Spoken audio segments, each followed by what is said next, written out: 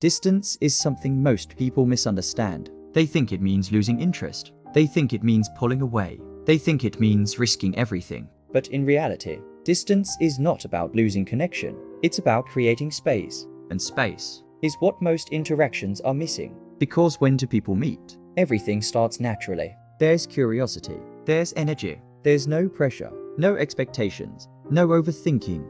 You talk. You laugh. You connect. And that connection grows. Because there is space around it. Space to miss each other. Space to think. Space to feel something. But then, something changes. Not suddenly. Not dramatically. But gradually. You start to care more. You start thinking about them more often. You start checking your phone more. Waiting for messages. Replaying conversations. And without realizing it, your focus shifts from your life to them. And that's where space disappears. Because now, your attention is constant. Your presence is guaranteed. Your energy is always there.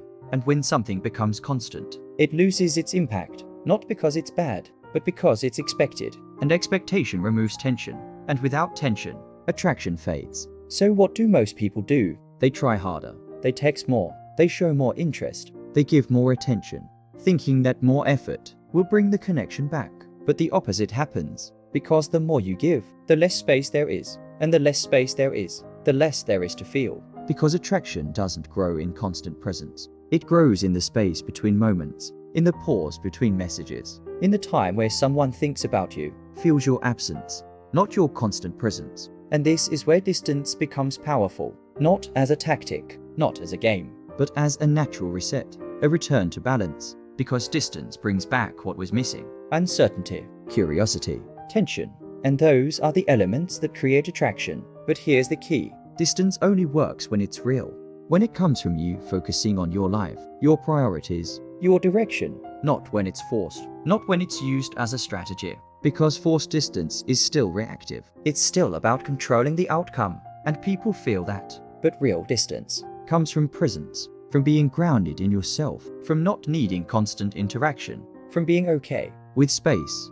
And when you are okay with space, the dynamic changes. Because now, you are no longer chasing, no longer reacting, no longer trying to maintain something. You are simply present, stable, consistent. And that stability creates attraction. Because now, your attention is not guaranteed. Your presence is not constant. And that creates value, not artificially, but naturally.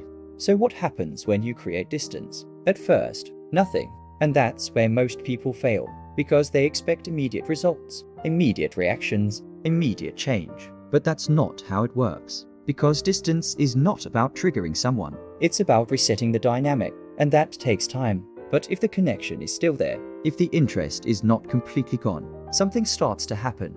They notice. They feel the change. They feel the absence. Not in a dramatic way, but enough to shift their attention. And that attention is where everything begins again. Because now, they are the ones thinking, the ones wondering, the ones engaging. And that changes everything. But the most important part is this. You don't use distance to get someone back. You use distance to not lose yourself. Because the moment you lose yourself, you lose your position. And once that happens, everything else becomes harder. So distance is not about them. It's about you, your balance, your stability, your control. Because when you have that, you don't need to chase. You don't need to force. You don't need to control. Things either flow or they don't. And if they don't, you don't try to fix them. You step back. You observe. You adjust. And that's where real power is. Not in doing more, but in knowing when to do less.